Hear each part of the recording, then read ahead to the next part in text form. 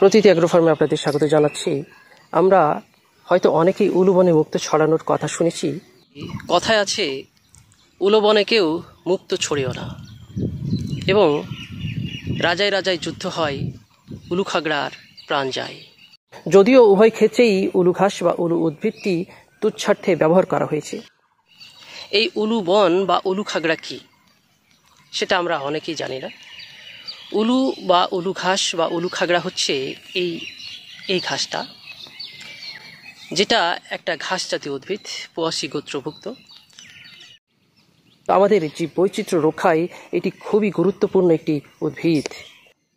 প্রচণ্ড রকম প্রতিকূলতার মধ্যেও এই উদ্ভিদটি টিকে থাকতে পারে। খরা বা দাবানলে মরে গেলেও এই রাইজমটি জীবিত থাকে এবং একটুখানি বৃষ্টি তথা অনুকূল পরিবেশ পেলে বংশবিস্তার করে। এর পুষ্প বিন্যাসটি অনেকটা কাশফুলের মতো বলে অনেকেই একে কাশফুল ভেবে ভুল করেন। মূলত এরা একই পরিবারের হলেও কাশফুলের পুষ্প মঞ্জুরিটি আকারে বড় হয়। স্থানীয় নাম উলুঘাস, উলুখাগড়া বা উলু। বৈজ্ঞানিক নাম ইম্প্যারেটা সাইলেন্ড্রিকা। পরিবার বা গোত্র হল পোয়াসি। এই পোয়াসি পরিবারের পরিচিত অন্যান্য সদস্যরা হচ্ছে ধান, গম, আখ, দূর্বা ঘাস, ভুট্টা ইত্যাদি উদ্ভিদ।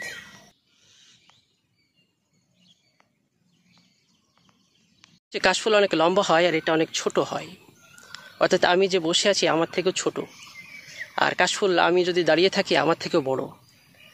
এটা হচ্ছে সেই উলু বা উলু ঘাস বা উলুখাগড়া, যেটা আমরা বলে থাকি যে উলুবনে কেউ মুক্ত ছড়িও না। এই কথাটা বলার কারণ হচ্ছে এই ঘাসটার এই উপরের অংশটা এতটাই শুভ্র সাদা কাশফুলের ন্যায় যে যখন সূর্যের আলো এটার উপর পতিত হয় তখন সেটা মুক্তোর মতো চকচক করে।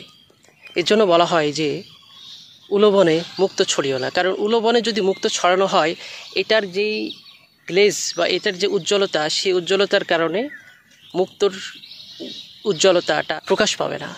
এর জন্যই এই উলুবনে কেউ মুক্ত ছড়িও না।